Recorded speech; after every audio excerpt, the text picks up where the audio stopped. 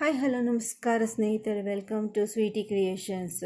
ನಾನಿವತ್ತು ಹಳೆಯ ಕಾಲದ ರೆಸಿಪಿ ಅಲಸಂದೆ ಕಾಳು ಸುಕ್ಕ ಮಾಡಿದ್ದೇನೆ. ಅದರ ರೆಸಿಪಿಯನ್ನು ನಿಮ್ಮ ಮುಂದೆ ಶೇರ್ ಮಾಡ್ತಾ ಇದ್ದೆ. ಇಷ್ಟಾದರೆ ಲೈಕ್ ಮಾಡಿ, ಕೊನೆ ತನಕ ನೋಡಿ.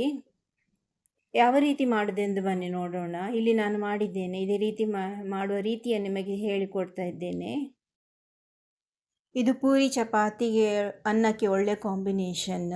ಅಲಸಂಡೆಗೆ ತುಳು ಭಾಷೆಯಲ್ಲಿ ಲತ್ತನೆ ಕುಣ ಅಂತ ಹೇಳ್ತಾರೆ ಮಂಗಳೂರಿನ ಜನರು. ಮೊದಲಿಗೆ ನಾನು 1 ಕಪ್ಪಷ್ಟು ಅಲಸಂದೆ ಕಾಳನ್ನು ತೆಗೆದುಕೊಂಡಿದ್ದೇನೆ. ಅದನ್ನು ನೆನೆ ಹಾಕಿದ್ದೇನೆ. ಒಂದು 8 ತಾಸುಗಳ ಕಾಲ ನೆನೆ ಹಾಕಬೇಕು. ಇಲ್ಲಿ ನೋಡಿ, ನೆನೆ ಹಾಕಿದೆ, 8 ತಾಸು ಆಗಿದೆ. ಇದನ್ನು 10 ನಿಮಿಷಗಳ ಕಾಲ ಬೇಯಲು ಬಿಡೋಣ.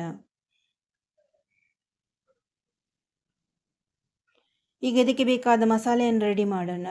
ಒಂದು ಪಾತ್ರೆಗೆ 1 ದೊಡ್ಡ ಚಮಚದಷ್ಟು ಕೊತ್ತಂಬರಿ ಬೀಜ, ಮತ್ತು ಒಂದು ಅರ್ಧ ಚಮಚದಷ್ಟು ಜೀರಿಗೆ,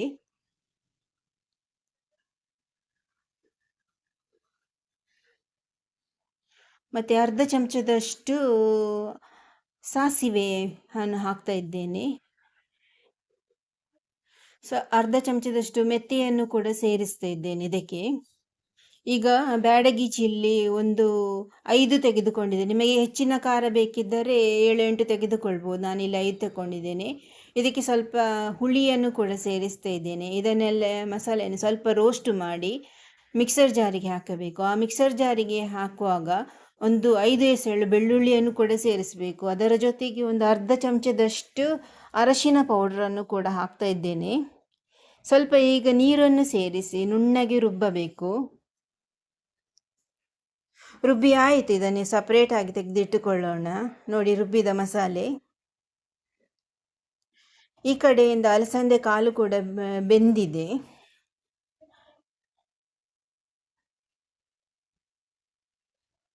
ಈಗ ಅದಕ್ಕೆ ರುಬ್ಬಿಟ್ಟ ಮಸಾಲೆಯನ್ನು ಸೇರಿಸುವ.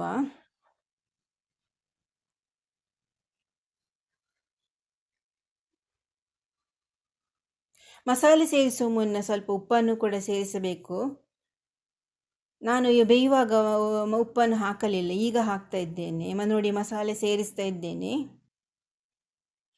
ಮಿಕ್ಸರ್ ಜಾರಿಗೆ ಸ್ವಲ್ಪ ನೀರನ್ನು ಸೇರಿಸಿ ಆ ನೀರನ್ನು ಕೂಡ ಇದಕ್ಕೆ ಸೇರಿಸಬಹುದು. ಈಗ ಮುಚ್ಚಳ ಮುಚ್ಚಿ ಒಂದು 5 ನಿಮಿಷಗಳ ಕಾಲ ಬೇಯಲು ಬಿಡೋಣ. ಇದಕ್ಕೆ ಬೇಕಾದ ಒಗ್ಗರಣೆಯನ್ನು ರೆಡಿ ಮಾಡೋಣ. ಈಗ ಒಂದು ಬಾಣಲೆ ತೆಗೆದುಕೊಂಡಿದ್ದೇನೆ. ಅದಕ್ಕೆ ಒಂದು ದೊಡ್ಡ ಚಮಚದಷ್ಟು ಎಣ್ಣೆಯನ್ನು ಸೇರಿಸ್ತಾ ಇದ್ದೇನೆ. ಅದಕ್ಕೆ ಸ್ವಲ್ಪ ಸಾಸಿವೆಯನ್ನು ಹಾಕ್ತಾ ಇದ್ದೇನೆ. ಸಾಸಿವೆ ಸಿಡಿದ ನಂತರ ಅದಕ್ಕೆ ಸ್ವಲ್ಪ ಜಜ್ಜಿದ ಬೆಳ್ಳುಳ್ಳಿಯನ್ನು ಕೂಡ ಸೇರಿಸ್ತಾ ಇದ್ದೇನೆ. ಒಗ್ಗರಣೆ ಎಲೆಯನ್ನು ಕೂಡ ಹಾಕಬಹುದು.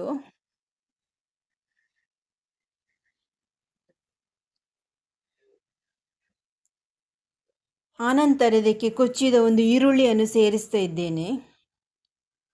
ಇದನ್ನು ಮಿಕ್ಸ್ ಮಾಡಿ ಗೋಲ್ಡನ್ ಬ್ರೌನ್ ಬರೋ ತನಕ ಫ್ರೈ ಮಾಡೋಣ. ಇಲ್ಲಿ 5 ನಿಮಿಷ ಆಗಿದೆ. ನೋಡಿ, ಮಸಾಲೆಯೊಟ್ಟಿಗೆ ಅಲಸಂದೆ ಕಾಳು ಬೆಂದಿದೆ.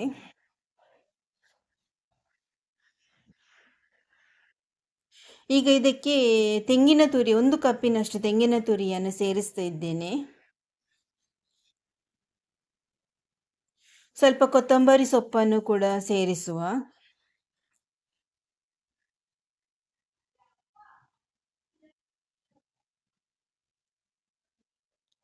ಇಲ್ಲಿ ಒಗ್ಗರಣೆ ಗೋಲ್ಡನ್ ಬ್ರೌನ್ ಆಗಿದೆ. ಇದನ್ನು ನಾವು ಅಲಸಂಡೆ ಕಾಳುಗೆ ಸೇರಿಸುವ. ಸೇರಿಸಿದ ನಂತರ 2 ನಿಮಿಷಗಳ ಕಾಲ ಮಿಕ್ಸ್ ಮಾಡುವ. ಇದು ಒಂದು 2 ನಿಮಿಷಗಳ ಕಾಲ ಮಿಕ್ಸ್ ಮಾಡುತ್ತಾ ಇರಬೇಕು. ಈಗ ನೋಡಿ, ತಯಾರಾಗಿದೆ ನಮ್ಮ ಟೇಸ್ಟಿಯಾದ ಸೂಪರ್ ಆದಂಥ ಅಲಸಂಡೆ ಕಾಳು ಸುಕ್ಕ. ಹಳೆಯ ಕಾಲದ ರೆಸಿಪಿ. ಇಲ್ಲಿ ಮಂಗಳೂರಿನ ಜನರು ಹೆಚ್ಚಾಗಿ ಮಾಡುತ್ತಾರೆ. ನಿಮಗೆ ಇಷ್ಟ ಆದರೆ ಲೈಕ್ ಮಾಡಿ.